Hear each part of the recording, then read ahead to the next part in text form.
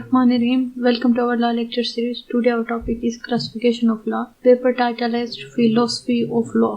हमने paper LLB 5 year program part 1 paper number 6 है. उसका क्वेश्चन है classification of law या kinds of law कि लॉ की कौन कौन सी kinds हैं, लॉ की कौन कौन सी classification है. तो हम अपना टाइम वेस्ट किए बगैर अपना टॉपिक शुरू करते हैं. सबसे पहले आपने हर क्वेश्चन का एक इंट्रोडक्शन तैयार करना होगा. आप वही सेम इंट्रोडक्शन लिख सकते हैं जो मैं आपको प्रोवाइड कर रही हूँ. The term law has been derived from the old Teutonic root lag which means that fixed or evenly. ये जो मैंने आपको पहली लाइन बताई है, ये पहली लाइन स्किप कर दीजिएगा. अच्छा, इंट्रोडक्शन यहाँ से इंट्रोडक्शन आपने तैयार करना है. Law regulates the life and without there is chaos and confusion. The term law is used to denote that which is uniform. Law is of two kinds, physical and human. The state operates through government and government interprets the will of the state through the law. Law is the vehicle of the sovereignty. ये जो कानून होता है वो किसी भी माशरे के वो टूल्स होते हैं जिनके तहत आपका जो माशरा है उसकी हुकूमत को चलाया जाता है. अगर आपके माशरे में आपकी हुकूमत ना हो और अगर आपके माशरे में कानून ना हो तो क्या होगा? परेशानी होगी, टेंशन होगी. इसलिए जो हर रियासत होती है उसमें एक यूनिफॉर्म कोड होता है. सबके लिए कानून एक जैसा यकसा होता है. कुछ असूल तय किए जाते हैं, कुछ रूल्स तय किए जाते हैं जिसके तहत मुल्क चलाए जाते हैं और हुकूमतें चलाई जाती हैं. नेक्स्ट है मीनिंग ऑफ लॉ. तो आपने इसके पहले लिटरल मीनिंग तैयार करने हैं.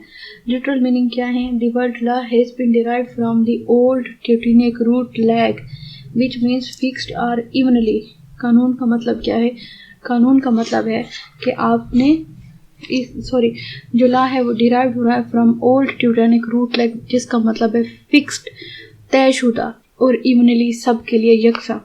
इसके बाद आपने इसके मीनिंग तैयार करने हैं. According to Black's law dictionary the term law means the regime that orders human activities and relations through systematic application of the force of politically organized society or through special pressure backed by force in such a society. कि किसी भी माशरे में कहीं पर भी जो तयशुदा असूल होते हैं, जो तयशुदा कानून होते हैं, उन्हीं को लेकर ही आपने माशरे को चलाना होता है. और अगर कोई इन कानून को ना माने तो उसके लिए आपने एक फोर्स तैयार करनी होती है, एक फिजिकल फोर्स जैसे पुलिस हो गई, जिसके तहत आपने क्या करना है? आपने हर सूरत अपने मुल्क का जो कानून है उस पर अमल दरामद करवाना होता है. तो ब्लैक्स लॉ डिक्शनरी क्या कहती है? वो कहती है ऐसे असूल जिस पर रियासत ताकत के जरिए अमल दरामद करवाएगी, that will be called law. और जो मुल्क होता है उसकी जो हुकूमत होती है वो कानून के तहत चलती है. इसके अलावा इसकी मीनिंग है according to Oxford dictionary of law the enforceable body of the rules that governs any society. के ऐसे असूल जिसके तहत जिन पर अमल दरामद हो सके और जिनके तहत माशरे को चलाया जा सके.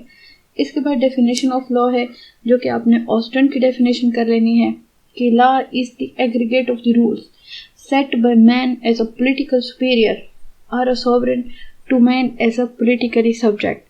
यानी कि एक सियासी तौर पर खुद मुख्तार आला होता है जो कि अपनी रियासत के लोगों को कानून देता है जिस पर अमल दरामद करवाना उन पर फ़र्ज होता है.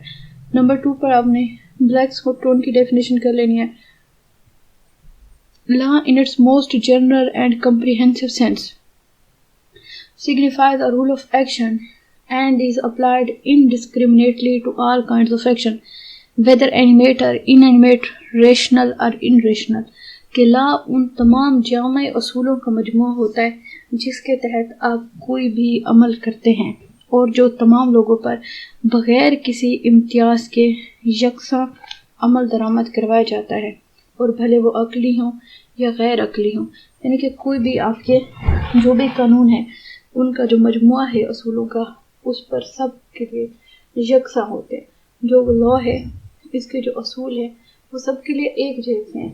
कानून की नज़र में किसी में कोई फ़र्क नहीं रखा गया. नेक्स्ट है क्लासिफिकेशन ऑफ लॉ. जो क्लासिफिकेशन ऑफ लॉ है बेसिकली लॉ की 8 काइंड्स दी गई हैं हमारे पास.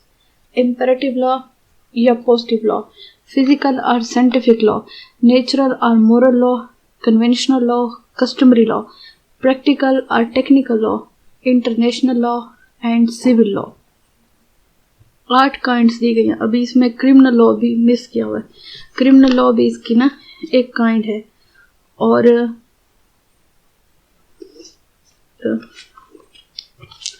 9 काइंड्स कानून की बयान की गई।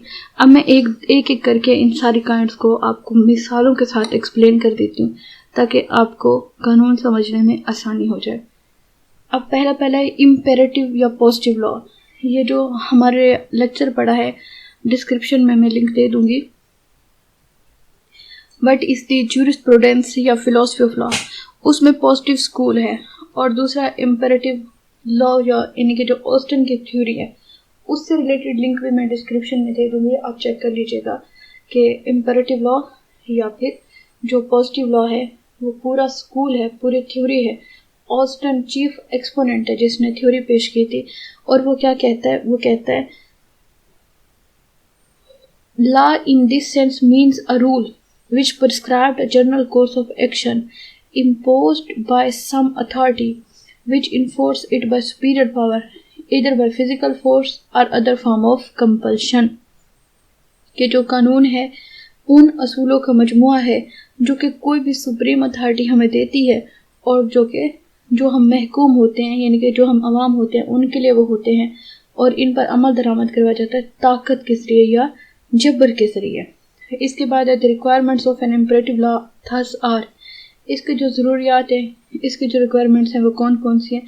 It must be general rule, ये सब के लिए एक जैसा होना चाहिए। There must be some authority behind it, इसके पीछे कोई ना कोई अथॉरिटी हो। It must be enforced by superior power by physical force और कंपल्शन, कि जो हमारी रियासत है वो इसको ताकत के जरिए इस पर अमल दरामद करवाए और वो भले ताकत जबर की सूरत में हो, कंपल्शन की सूरत में हो या सैंक्शंस की सूरत में हो, सजाओं की सूरत में हो, लेकिन वो इस पर अमल दरामद लाजमी करवाए। दैट इज कॉल्ड ऑस्टन्स या imperative theory of positive law. Next है हमारा, इसकी मिसाल क्या है। इसकी मिसाल ये है कि जो हमारे मुल्क में जितना भी कानून बनाया गया है, वो भले आप नैब कहें, एंटी नारकोटिक्स का कहें, एंटी टेररिज्म का कहें, वो ऑस्टन की थ्योरी की या पॉजिटिव लॉ थ्योरी की या पॉजिटिव स्कूल की इम्प्लीकेशन है दुनिया में, कि हर दुनिया में सोवरेन भी है, खुद मुख्तार आला भी है, लेजिस्लेशन भी है और वो माशरे को कानून भी बनाकर दे रहे हैं। और ये जो बनाए गए कानून होते हैं ये क्या कहलाते हैं, ये पॉजिटिव लॉ कहलाते हैं, मैन मेड लॉ कहलाते हैं। नेक्स्ट है फिजिकल और साइंटिफिक लॉ। ये जो हमारे फिजिक्स, केमिस्ट्री, बायोलॉजी के लॉ होते हैं ये फिजिकल या साइंटिफिक लॉ होते हैं जो कि सब्जेक्ट ऑफ नो चेंज होते हैं। फिजिकल और scientific law or expression of the uniformities of the nature or uniformity in conduct of living beings or lifeless things, यानी कि जो जिंदा जानदार है या बेजान चीज़ें जैसे चांद, सूरज, ज़मीन, दरख्त, हर चीज़ के लिए एक ही जैसा कानून है। दरख्त की जड़ें ज़मीन में लगती हैं तो वो पौधा निकलता है, वो बड़ा तना दरख्त बनता है। अगर ज़मीन ना हो तो कोई दरख्त लग ही नहीं सकता। The law of motion, gravitation and the chemical reaction for instance exhibit uniformity in the conduct of the lifeless things। यानी कि मिसालें हैं हमारे पास फिजिकल या साइंटिफिक लॉ की, कि मोशन जो हमारा न्यूटन का लॉ है ग्रेविटेशन का, और केमिकल रिएक्शंस यानी कि हाइड्रोजन और ऑक्सीजन के मॉलिक्यूल्स मिलकर वाटर बनाते हैं, वो एक ही जैसे रहते हैं, उनमें यूनिफॉर्मिटी होती है, उनमें कोई चेंज नहीं होता। The biological law of the propagation of species, the law of evolution and growth of the all being and all human psychology may be mentioned among those laws which reflect uniformity in the conduct of the living things। कि जो हम लोग होते हैं, हमारी जो नफ्सियात होती है, हमारी जो जिंदा जानदार हैं, वो भी हमेशा यकसा असूलों पर ही ज़िंदगी गुजारते हैं। यानी कि हमारे 23 क्रोमोसोम्स मिलकर 46 का डीएनए बनाते हैं, 46 क्रोमोसोम्स का, और वो हमारा जीनोम ऑर्डर होता है। ये हमारे फिक्स्ड लॉ है, ये कभी भी चेंज नहीं हो सकते। Positive law man made law है और साइंटिफिक या फिजिकल लॉ हमारा जो फिजिक्स, केमिस्ट्री, बायोलॉजी, अर्थ, ज़मीन वगैरह, लाइफलेस थिंग्स, केमिकल रिएक्शंस वगैरह, उनसे रिलेटेड जितना भी लॉ है वो यकसा रहता है। इसके बाद है नेचुरल या moral law. This is also known as the divine law.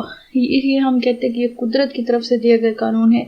The law of reason, the unwritten law, the universal law, के ये वजूहात का लॉ है, ये बगैर लिखा हुआ लॉ है, ये सब के लिए एक जैसा है। और the common law and the eternal law, इसमें कोई फ़र्क नहीं है। नेचुरल लॉ जो यहाँ पर होगा वही बरतानिया में होगा, वही अमेरिका में होगा, वही इंडिया और चाइना में होगा। नेचुरल लॉ वो लॉ है जो हमें कुदरत ने दिया है। आगे चलकर आपको नेचुरल जस्टिस के प्रिंसिपल्स भी पढ़ने होंगे अगले सालों में, कि एक कुदरत का असूल है कि आप किसी को भी सुने बगैर सज़ा नहीं दे सकते। तो ये नेचुरल जस्टिस का प्रिंसिपल है और ये हर जगह हर कानून पर इसमें अमल दरामद होता है कि हेयर द अदर साइड, कि अगर किसी भी बंदे ने जाकर कोर्ट ऑफ लॉ में मुकदमा दायर किया है, सूट शुरू किया है, प्लेंट दी है उसके खिलाफ, तो उसको बुलाया जाएगा कि भाई आओ बताओ ये क्या वजह है कि हम तुम्हारे खिलाफ क्यों कार्रवाई ना करें। तो इसलिए ये पूरी दुनिया में एक जैसे हैं। Ideally there is no one moral law which is universal of set by God to man. वो कहते हैं कि सिर्फ एक ऐसा कानून है जो कि खुदा ने सारे इंसानों को दिया है। It is common to all mankind. Greeks primarily received the conception of the such law as being a body of the imperative rules imposed upon mankind by the nature। Greek यानी कि यूनान के लोग वो लोग थे जिन्होंने सबसे पहले इसके बारे में बात की कि ये नेचुरल लॉ है, ये कुदरत ने दिया है और ये क्या है, ये इंसान के लिए है और ये सब के लिए एक जैसा होगा। इसकी एक्सप्लेनेशन करते हुए जो हमारे रिनाउंड ज्यूरिस्ट हैं सालमन, वो क्या कहते हैं, वो कहते हैं बाय नेचुरल और moral law is meant the principle of natural right and wrong. कि नेचुरल या मोरल लॉ का क्या मतलब है। नेचुरल और मोरल लॉ का ये मतलब है कि कौन सा कुदरती तौर पर सही या गलत है। The principle of natural justice, if we use the term justice in its widest sense to include all form of rightful action, कि अगर हम नेचुरल जस्टिस की बात करें, कुदरती इंसाफ की बात करें, तो इसमें वो हमारे तमाम अमल होने चाहिए जो कि कोई भी राइटफुल एक्शन देते हैं, कोई भी अच्छा अमल देते हैं। ये है नेचुरल लॉ। नेचुरल या मोरल लॉ क्या है। नेचुरल या मोरल लॉ वो लॉ है जो कि कुदरत ने इंसान को दिया है on the basis of the morality, और ये पूरी दुनिया में एक जैसा है। सालमन कहता है, वो कहता है कि नेचुरल लॉ से मुराद क्या है, जो कुदरती तौर पर सही या गलत होगा। और कैसे सही या गलत, जो कि सारी दुनिया सब लोगों के लिए यकसा सही या गलत होगा। और अगर हम नेचुरल जस्टिस की बात करते हैं तो वो होगा कि तमाम तरह का जो भी अच्छा अमल होगा वो किया जाएगा ताकि लोगों को इंसाफ फराहम किया जा सके। इसके बाद है कन्वेंशनल लॉ। कन्वेंशनल लॉ क्या है। कन्वेंशनल लॉ ऐसा कानून है जो कि एग्रीमेंट्स की बेसिस पर बनेगा। वो एग्रीमेंट्स दो लोगों के दरमियान भी हो सकते हैं, वो एग्रीमेंट्स दो माशरों के दरमियान भी हो सकते हैं, वो एग्रीमेंट्स दो रियासतों के दरमियान भी हो सकते हैं। वो मुआहदे की बेसिस पर होता है। ये बेसिकली इंटरनेशनल लॉ के पॉइंट ऑफ व्यू से ये जो कन्वेंशन होते हैं, एग्रीमेंट्स होते हैं, ये बड़े अहम हैं। Conventional law means agreements necessarily, therefore conventional law must have as its basis an agreement between two parties and not the force of the coercion of a superior। यानी कि जो ऊपर होता है, जो सुपीरियर है, बरतर है, वो दबाव डाल के मुआहदा ना करे, बल्कि दूसरा बंदा अपनी मर्जी के साथ, दूसरी पार्टी अपनी रजामंदी के साथ उसके साथ मुआहदा करेगी। That will be called conventional law। Conventional law is thus the name given to a body of rules agreed to be followed by some parties in order to regulate their conduct towards one another। कि वो एक दूसरे के साथ किस तरह के मामला डील करते हैं, कैसे चलते हैं। They are called laws because they ensure uniformity of conduct, acquire their validity and the force from agreement, and have a sanction behind them, incurring displeasure of the parties offended, in some cases even intervention by state by the physical force। जो दो parties आपस में कोई भी मुआहदा कर रही होती हैं, उस मुआहदे की बेसिस पर वो एक दूसरे के जो भी राइट्स बनते होते हैं, एक दूसरे के जो भी फ़राइज़ बनते होते हैं, उन सब को फॉलो करने की पाबंद होती है। और अगर कोई एक पार्टी उसकी खिलाफ वर्जी करती है तो दूसरी पार्टी को सैंक्शंस का सामना होता है, सज़ाओं का सामना होता है। नेक्स्ट हेडिंग है, इसकी जो मिसाल होगी कन्वेंशनल लॉ की, जैसे पाकिस्तान और इंडिया के दरमियान इंडस वाटर ट्रीटी है, सिंतास माहिदा, या फिर जैसे इंटरनेशनल ट्रीटी ऑफ वेस्टफेलिया है, जैसे यूएन चार्टर है। ये सारे ये कन्वेंशनल लॉ की मिसालें हैं कि दो पार्टीज या दो से ज्यादा लोग आपस में मिलकर कोई भी एग्रीमेंट करते हैं, कोई भी माहिदा करते हैं, और वो जो एग्रीमेंट होता है, वो जो माहिदा होता है, वो क्या कहलाता है? वो कन्वेंशनल लॉ कहलाता है। नेक्स्ट टॉपिक है कस्टमरी लॉ। नेक्स्ट काइंड क्या है? कस्टमरी लॉ, ऐसा लॉ जो कि कस्टम्स पर बेस करता होगा, that will be called customary law. Customary law means such rules of custom as are habitually being followed by the majority of a person, यानी कि ऐसी आदतें जो कि बहुत सारे लोग आदतन फॉलो करते हैं, subject to them since a long time in the past and are expected to be followed in the future, कि लोग माजी में भी उसको मानते होते थे और मुस्तकबिल में भी उसको फॉलो करते जाएंगे। Such laws derive their force from the long course of the past conduct, resulting in the same uniformity of the action in a given set of the circumstances। कि एक ही जैसे हलाकत व वाक़यात में लोग एक ही जैसी कस्टम्स को बार बार फॉलो करते रहते हैं। तो कस्टम क्या होता है? कस्टम होता है habitual course of conduct obeyed by a bulk of society. बहुत सारे लोग दुनिया के जो कि इन रस्म व रिवाज को आदतन फॉलो करते रहते हैं, they are called customary law. और customary law is based on reasonable, well recognized custom which have stood the test of the time, यानी कि वक्त के साथ साथ उन्होंने लोगों को ये मतलब रीजनेबल हो, अच्छी हो, लोग वक्तन फवक्तन उसको फॉलो करते रहते हैं। कस्टमरी लॉ में कस्टमरी लीगल सिस्टम है, और हमारे पाकिस्तान में जो मर्केंटाइल लॉ है, ट्रेड लॉ है, उसमें थोड़ा बहुत हिस्सा कस्टम्स का है कि कस्टम्स की बेसिस पर हमारे यहाँ ट्रेड होती है, ट्रेडिशंस की बेसिस पर। और लीगल सिस्टम है कस्टमरी लीगल सिस्टम। सालमन क्या कहता है कस्टमरी लॉ के बारे में? सालमन कहता है customary law means any rule of action which is actually observed by man, any rule which is the expression of the some actual uniformity of the some voluntary action, कि कोई भी अपनी मर्जी से एक्चुअल कोर्स ऑफ कंडक्ट है, लोग उसको follow करते रहते हैं, ऑब्जर्व करते रहते हैं। और सबसे जो अहम शर्त है वो कस्टमरी लॉ में क्या है कि लोग कस्टम को अपनी मर्जी से ऑब्जर्व करते हों, उन पर कोई कंपल्शन ना हो, उन पर कोई जबरदस्ती नहीं होगी, बल्कि वो अपनी चॉइस से उसको साथ लेकर चलते रहेंगे। नेक्स्ट काइंड है 6 प्रैक्टिकल या टेक्निकल लॉ। आप जैसे कोई भी प्रैक्टिस करते हैं, प्रैक्टिकल करते हैं, या फिर कोई टेक्निकल लॉ है जैसे इंजीनियरिंग बेसिस का है, तो वो क्या है? वो प्रैक्टिकल है या टेक्निकल लॉ है। ये भी लॉ की एक काइंड है। Such laws consist of the rules which are to be followed to achieve uniformity of result in practical और टेक्निकल मैटर, कि आपने अगर आप अच्छा खाएंगे तो आप सेहतमंद रहेंगे, अगर आप ख़राब खाना खाएंगे तो आप बीमार हो जाएंगे। ये आपका प्रैक्टिकल है, और आपने इसको मतलब एक ही जैसे रिजल्ट मिलेंगे। अगर आप गंदी चीज़ें इस्तेमाल करते रहेंगे तो आप गंदे होते रहेंगे। इसी तरह से अगर आप अच्छी चीज़ें इस्तेमाल करेंगे तो आप अच्छे होंगे। अगर आप पढ़ेंगे तो आप पास होंगे, अगर आप नहीं पढ़ेंगे तो आप पास नहीं होंगे। ये प्रैक्टिकल लॉ है। अगर आप अमल करते हैं तो आपको नतीजा मिलता है, और एक ही जैसे अमल से एक ही जैसा नतीजा मिलता है।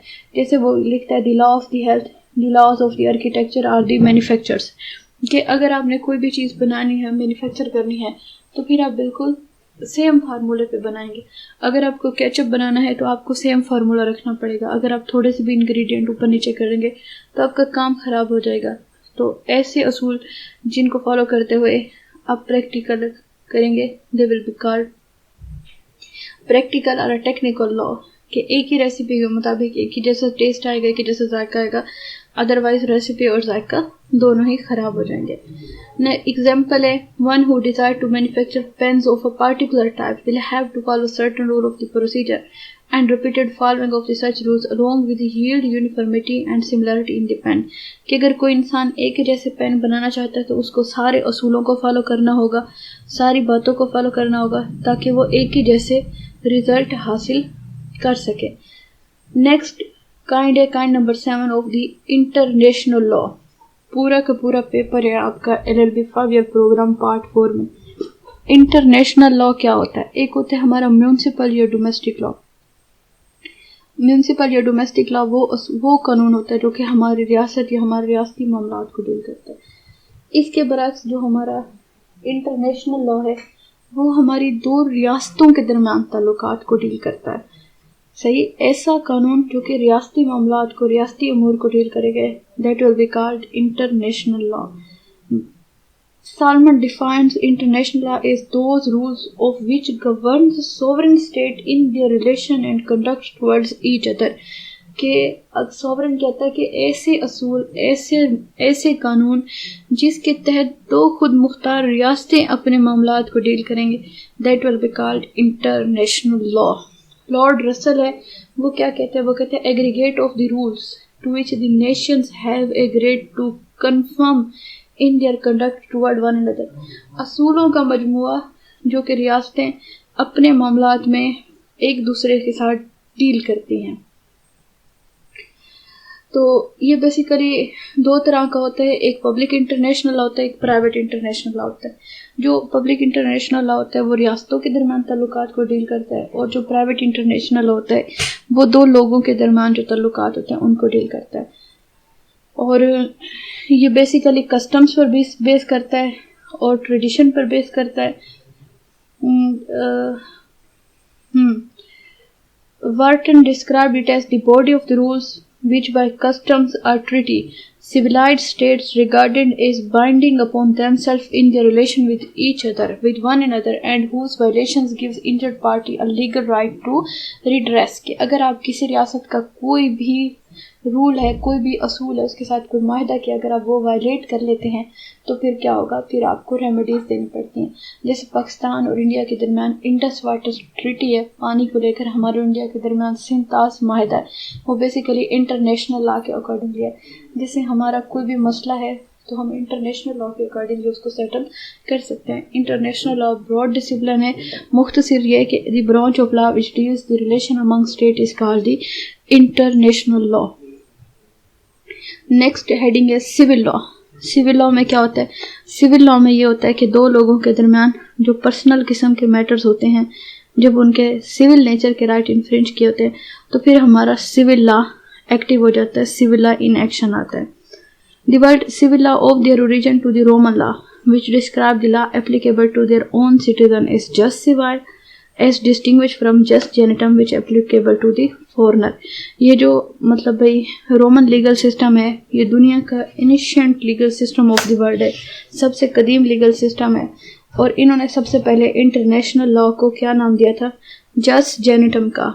ऐसा कानून, ऐसा लॉ जो कि बाहर की रियासतों के, बाहर के लोगों के मामलात को डील करेगा, दैट विल बी कॉल्ड जस्ट जेनिटम। और जो हमारे इंटरनल मामलात को डील करेगा, दैट विल बी कॉल्ड जस्ट सिविल। It also used to distinguish it from canon law. It also sometimes used to signify that part of the law which remains after deducing the portion of law having distinct title of its own। यानी कि जो salmon है वो कहते हैं कि जो civil law है उसका मतलब होता है जो हमारे मुल्क का कानून है, that is called civil law, law of the land, irrespective of their character। But here is the jurisprudence, who means civil law, the law of the land, irrespective of their character, as are enforced by court। कि जो मुल्क का कानून होगा वो civil law कहलाएगा। इसके बाद है क्रिमिनल लॉ। क्रिमिनल लॉ क्या होता है? The branch of the law which describe what is the act which will be punishable by the law। कि ऐसे कानून की शाख जो कि ये बताती है कि अगर आप ऐसा अमल करोगे तो आप कानून से सजा के मुर्तकिब होंगे, that is called criminal law. और ये सिविल लॉ से बहुत अलग है। Criminal law is distinguished from civil law is a system of law concern with punishment of individuals who commit crimes. कि जो कोई भी जुर्म करेगा उसको उस जुर्म की सजा दी जाती है। Thus, where in a civil law two individuals dispute their rights, a criminal prosecution involves the people as a whole deciding whether to punish an individual for his conduct or a lack of conduct। पूरी की पूरी रियासत बताती है कि इस बंदे ने ये जो भी जुर्म किया है, क्या इसको इसकी सजा होनी चाहिए या नहीं होनी चाहिए। Just as people decide what conduct to punish, So the people decide what punishment is appropriate. Accordingly, punishment vary with the severity of the offense from simple fine for a traffic variation to the loss of the freedom, for example murder. कि ये जो लोग होते हैं वो बताते हैं कि जिस बंदे ने जुर्म किया है उसको इस जुर्म की क्या सज़ा मिलनी चाहिए, कि सादा जो पनिशमेंट है वहाँ से लेकर जो डेथ पेनल्टी है वहाँ तक। ये हमारे पास कानून की लॉ की काइंड्स है। मैं आपको सारी काइंड्स एक एक करके दोबारा बता देती हूँ। आपने इंट्रोडक्शन तैयार करना है। अगर आपके पास क्लासिफिकेशन ऑफ लॉ का क्वेश्चन आ जाएगा तो आपने डायरेक्ट क्लासिफिकेशन ऑफ लॉ नहीं बनानी, बल्कि आपने क्या करना है, आपने पहले उसका एक अच्छा सा इंट्रोडक्शन लिखना है। फिर आपने लिटरल मीनिंग ऑफ लॉ लिखना है कि जो लॉ है वो old Teutonic root word lang से निकला है जिसका मतलब है फिक्स्ड आर इवनली। फिर आपने लॉ की डेफिनेशन लिखनी है according to Black's law dictionary.